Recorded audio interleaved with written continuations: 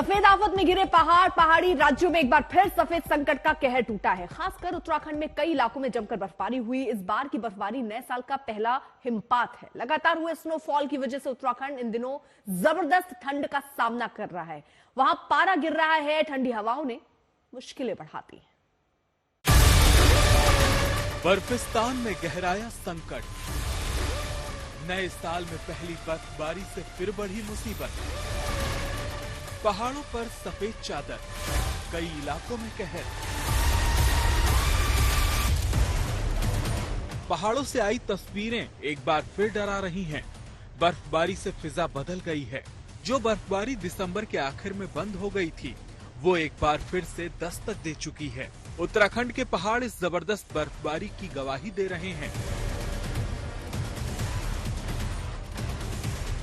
सबसे पहले आपको दिखाते हैं उत्तराखंड के मशहूर पर्यटक स्थल औली की तस्वीरें।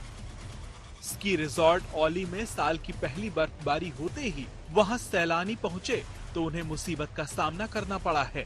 वहां अभी हर तरफ बर्फ की सफेद चादर बिछी है। लंबे अरसे बाद औली में इतनी अच्छी बर्फबारी हुई है। औली की इन तस्वीरों को देखिए। संकट इतना बढ़ गया है कि पूरा इलाका ढक गया है। इमारतें भी सफेद चादर ओढ़ चुकी हैं। सड़कों पर बर्फ ही बर्फ है। कारों का भी पता नहीं चल रहा। उत्तराखंड के बाहर से औली पहुंचे पर्यटकों के लिए मानो मन मांगी मुराद जैसी है। बर्फबारी देख वो उत्साहित हैं। मौसम विभाग ने पहले ही अलर्ट जारी किया था कि शनिवार और रविवार यानी आज जबरदस्त बर्फबारी हो सकती है। वो चेतावनी सच साबित हुई। शनिवार को औली में खूब बर्फबारी हुई। ऐसे मौसम में औली पहुंचे पर्यटक गदगद हैं।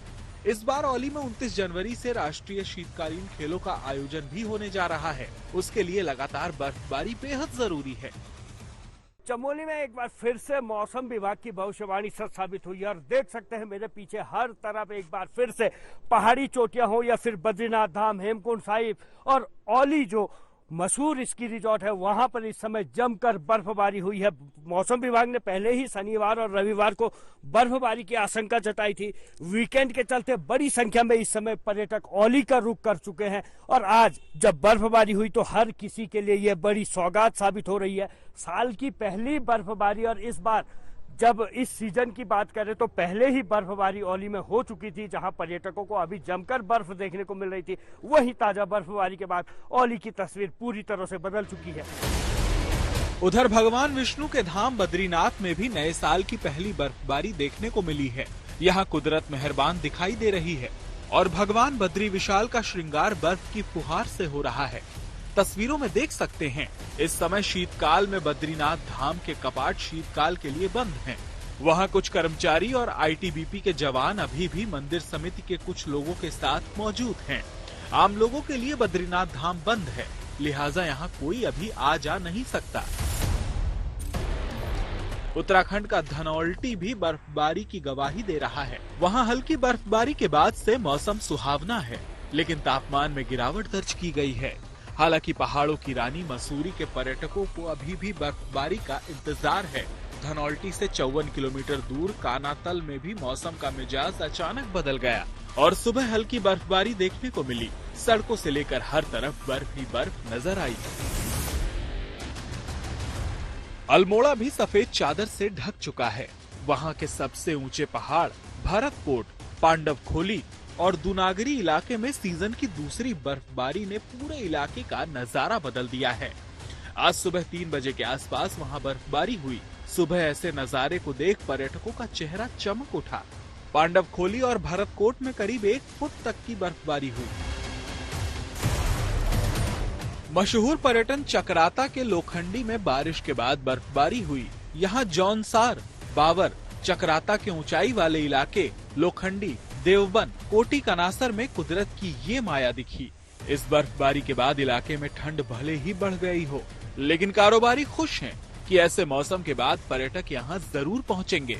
विकास नगर से टीना साहू, धनौल्टी से सागर शर्मा और अल्मोड़ा से संजय सिंह के साथ कमल नयन सिलोड़ी, औली आज तक। आज सुबह नैनीताल में नए साल का पहला हिमपात हुआ। कल से ही नैनीताल में तापमान लगातार गिर रहा है। आसमान में बादल घिर आए हैं। रात भर तापमान गिरने से आज सुबह नैनीताल की ऊंचाई वाले क्षेत्रों में Naina peak, Tiffin Top, Snow View में हिमपात हुआ, जिससे नैनीताल की खूबसूरती पर चार चांद लग गए। नीचे के क्षेत्रों में लगातार बारिश हो रही है। अगर तापमान में ऐसे ही गिरावट जारी रही तो ठंड और बढ़ सकती है।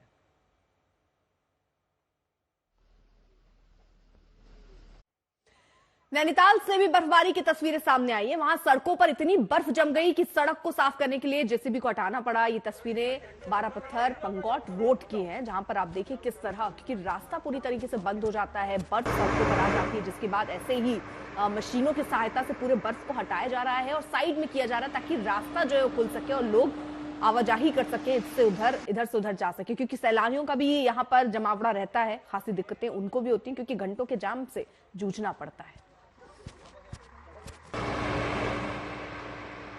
उत्तराखंड और जम्मू कश्मीर ने जबरदस्त बर्फबारी का दौर देखा। इन दिनों कश्मीर में भले ही बर्फबारी बंद हो, लेकिन बर्फीली वादियों में पर्यटकों को सैर सपाटे का बढ़िया मौका मिला है।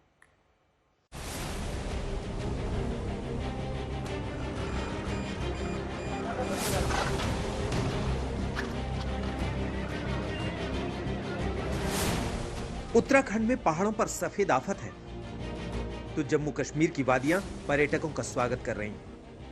वहां मौसम खुशनुमा हो चुका है। दिसंबर के आखिरी हफ्तों में भारी बर्फबारी के बाद अब पर्यटक गुनगुनी धूप में बर्फिस्तान में सैर सपाटा कर रहे हैं। अभी एक दिन पहले ही अनंतनाग की तस्वीरें देखी। वहां कपरान इलाके में पूरी वादी बर्फ से ढकी हुई है। ऐसे मौसम में अनंतनाग जम गया है। बर्फ की मोटी परत अभी भी बता रही है कि ठंड वहां जबरदस्त है। हर साल पर्यटकों को कश्मीर की वादियों में बर्फबारी का इंतजार रहता है। इस बार ये चाहत काफी हद तक पूरी हुई है। शोपियां भी उन जगहों में से एक है जहां हाल के दिनों में बर्फबारी ने पर्यटकों को मस्ती का मौका दिया है। 11 जनवरी से शोपियां में स्नो फेस्टिवल का आयोजन किया गया है। यह आयोजन 3 दिनों तक यानी 13 जनवरी तक चलेगा। आयोजन के पहले दिन यहाँ पर्यटकों की भारी भीड़ उमड़ी। बहुत अच्छा महसूस हो रहा है। और जो लोग हमारे कश्मीर को बोल रहे थे कि वहाँ पे डिस्टर्ब है या जो है, हम जितना भी पूरा ऑल इंडिया या वर्ल्ड से हम रिक्वेस्ट करेंगे आप कश्मीर में आओ और कश्मीर के हालात देखो। जो हमारा नेगेटिविटी दिखाई जाती है वो वैसा नहीं है। आप यहाँ पे आके एंजॉय करो और हमारा जो ब्रदरहुड है कश्मीर के लोग हैं उनके साथ मिलजुल के आप यहाँ पे एंजॉय कर सकते हैं। बहुत ही अच्छे यहाँ पे आज देख रहा हूँ आप, हमें बहुत ही ज़्यादा महसूस हो रहा है। अच्छा हो यहाँ पे है। ये जो आज के एक्सपीरियंस ये बहुत ही यादगार रहने वाली है। पहली बार हो रहा है स्नो फेस्टिवल हमारे दुबजन में। इस स्नो फेस्टिवल में स्थानीय कलाकारों का स्टंट दिखा। बर्फिस्तान में कड़ाके की ठंड के बीच आर्टिस्ट परफॉर्म करते दिखे। बर्फीली वादी में शान से लहराते तिरंगा के बीच ऐसा आयोजन लोगों को लुभा रहा है। जो यहाँ पे स्नो फेस्टिवल पहली बार हुआ शोपियां डिस्ट्रिक्ट में, कि यहाँ पे बहुत सारे कल्चर सेगमेंट है और भी स्पोर्ट्स एक्टिविटी यहाँ सिकी के बारे में और स्कूलों को इंक्लूड किया है कि यहाँ पे स्नो आर्ट बनाएंगे बच्चे। और हमारे शोपियां डिस्ट्रिक्ट में ये पहली बार हुआ एक जो यहाँ डिस्ट्रिक्ट एडमिनिस्ट्रेशन ने एक अच्छा सा इनिशिएटिव लिया। कश्मीर की वादी में बर्फबारी अभी भले रुकी हो, लेकिन पहाड़ी इलाकों में ठंड कम नहीं हुई है। श्रीनगर में पारा काफी कम है, खासकर रात के वक्त वहां ठंड काफी ज्यादा बढ़ जाती है। श्रीनगर से अशरफ वानी और मीर फरीद के साथ आज तक ब्यूरो। पूरे उत्तर भारत में सर्दी की मार जारी है। कोहरे और बारिश ने सर्दी का सितम बढ़ा दिया है। दिल्ली एनसीआर, यूपी, राजस्थान, हरियाणा और पंजाब में घना कोहरा छाया है। वहीं कड़ाके की ठंड भी प्रयागराज में लोगों का उत्साह कम नहीं कर पा रही है। कई राज्यों में बारिश होने के बाद तापमान गिर रहा है।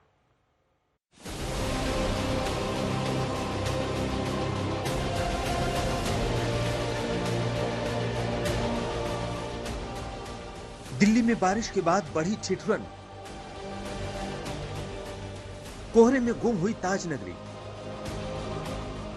यूपी, राजस्थान, हरियाणा में भी ठंड का सितम।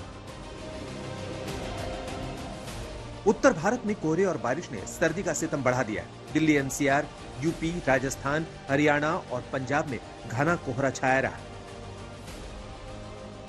बीती रात दिल्ली एनसीआर में हल्की बारिश हुई।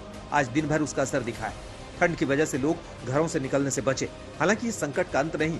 मौसम विभाग का अलर्ट है कि आने वाले दिनों में पहाड़ों से आ रही बर्फीली हवाएं मुसीबत और बढ़ा सकती हैं। आशंका जताई जा रही है कि दिल्ली का न्यूनतम तापमान 5 डिग्री तक गिर सकता है। यूपी के तमाम शहरों में भी ठंड और कोहरे से हाल बेहाल है। ताज नगरी को तो कोहरे ने अपनी चपेट में ले लिया है। लोग अलाव का सहारा लेते नजर आ रहे हैं।